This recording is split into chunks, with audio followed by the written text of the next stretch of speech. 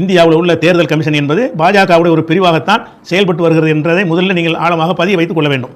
அவங்க எலக்ட்ரிக் மிஷினில் இவிஎம் என்று சொல்லக்கூடிய ஓட்டுப்பதிவு எந்திரத்தில் பலவிதமான செட்டிங்குகள் செய்து தான் ஒவ்வொரு தேர்தலையும் அவர்கள் ஜெயித்து வந்தார்கள் பாஜகவினர். அந்த மாதிரியான ஏற்பாடுகளை பல மாநிலங்களில் செய்து மேற்கு வங்கத்தில் எல்லாம் பிஜேபி வருவதற்கு எந்த முகாந்திரமுமே இல்லை. தாறுமாறாக வரக்கூடிய வகையில் அந்த மிஷினில் செட்டிங் பண்ணி இன்றைக்கு ஜெயித்திருக்கிறார்கள் என்ற காட்சியை பார்க்கிறோம்.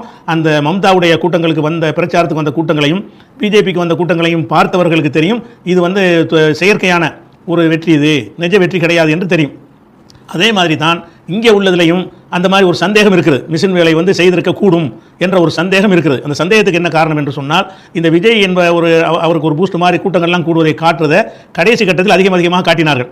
காட்டிய பிறகு அதை பற்றி முகநூல்களில் விஜய் தான் வருவார் என்பது போன்ற கருத்துருவாக்கத்தை எல்லாம் உண்டாக்கினார்கள். இப்படி உண்டாக்கினாலேயே அது மாதிரி ஏதோ செட் பண்ண போகிறாங்க, திமுக ஒழிக்கணும், பிஜேபி ஒரு சின்ன ஒரு அளவில் தாவேக்காவை சின்ன அளவில் ஜெயிக்க வைத்து நம்முடைய கண்ட்ரோலில் வைத்துக் கொள்ளணும் என்கிற ஒரு நோக்கத்தோடு சில வேலைகள் செய்திருப்பதற்கு அதிக வாய்ப்பு இருக்கிறது.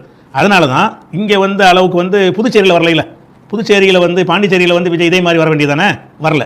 ஏன்னா தேவையில்லை, அவங்களுக்கு பிஜேபிக்கு இது அவசியம் இல்லை, அவங்க ஆட்சி வரணுங்கிறதுக்காக வேண்டி செஞ்சுட்டாங்க. அதே மாதிரி இன்னும் பல சந்தேகங்கள்லாம் அதில் இருக்கிறது, தனியாக விட்டுருவோம். அது ஒரு ஓரமாக வைத்துக்கொண்டு பார்த்தாலும் இது ஒரு சரியான முறையில் நடந்த தேர்தல் என்று வைத்துக்கொண்டால் கூட இதில் நம்ம கலங்க தேவை கிடையாது. இதனுடைய யதார்த்த நிலையை புரிந்து கொண்டோம் என்று சொன்னால் நம்ம விஜய்க்கு இதில் ஒரு பெரிய வெற்றி கிடைக்கல என்று தான் நம்ம எடுத்துக்கொள்ள முடியும். ஏன்னு கேட்டால், இப்போ சமீப காலமாக குறிப்பாக ஒரு 3-4 ஆண்டுகளாக என்ன மாதிரி உலகத்தினுடைய நிலை மாறி இருக்குது என்று சொன்னால், எதையும் ஆழமாக பார்க்காமல் சின்ன ட்ரெண்டிங்கில் பரப்பி விடுவதன் மூலமாக ஒரு கருத்துருவாக்கத்தை ஏற்படுத்தக்கூடிய வகையில் இன்ஸ்டாகிராம் என்று சொல்லியும், ரீல்ஸ் என்று சொல்லியும், டிக்டாக் என்று சொல்லியும் சின்ன சின்ன ஒரு வீடியோக்களை போடுவது, இதை பல கோடி மக்கள் மத்தியில் கொண்டு சேர்ப்பது, இந்த மாதிரி சேர்க்கக்கூடிய ஒரு தன்மை வந்ததற்கு பிறகு அவர்கள் யாராவது ஒரு குரூப் நினைத்தார்கள் என்று சொன்னால் அவர்கள் விரும்பக்கூடியதை ட்ரெண்டிங்கில் கொண்டு வந்துடலாம். எதை விரும்புகிறார்களோ, மாற்றம் தேவைன்னு ஒருத்தன் அடிச்சு விட்டான்னு வைங்க. மாற்றம் தேவை என்றால் என்ன மாற்றம், எதுக்கு மாற்றம், என்ன மாற்றத்தை செய்ய போகிறாரு அப்படிங்கிற விவரத்தை எல்லாம் பார்க்க மாட்டேங்கிறான். அவ்வளோ நேரம் இருந்து கேட்கக்கூடிய ஒரு தன்மை மக்கள்கிட்ட கிடையாது. இப்போ நம்முடைய மாத்தோரை எடுத்துக்கொண்டால் கூட ஒரு அரை மணி 10 நிமிஷம் சொல்லக்கூடிய ஒரு கேள்வி பதில் சொன்னால் பார்க்க மாட்டேன் என்கிறார்கள். அதே நேரத்தில் ரீல்ஸ்னு சொல்லி கட் பண்ணி எஸ் நோண்டு போட்டு வைங்க, அதை பார்க்குறாங்க. அதை மனிதன் அவன் எதை கொண்டு அறிவை கொண்டு சிந்தித்து பார்த்து எது சரியானது என்று ஆய்வு செய்யக்கூடிய வகையில் தான் எந்த ஒரு செய்தியும் கேட்க வேண்டும். இந்த இன்ஸ்டாவும் ரீல்ஸும் வந்த பிறகு என்ன ஆச்சுன்னு சொன்னால், சுருக்கமாக அந்த செய்தியை சொல்லுவாங்க, அது ஆதாரம் வைக்கிறது இல்லை, வாதங்கள் வைப்பது கிடையாது.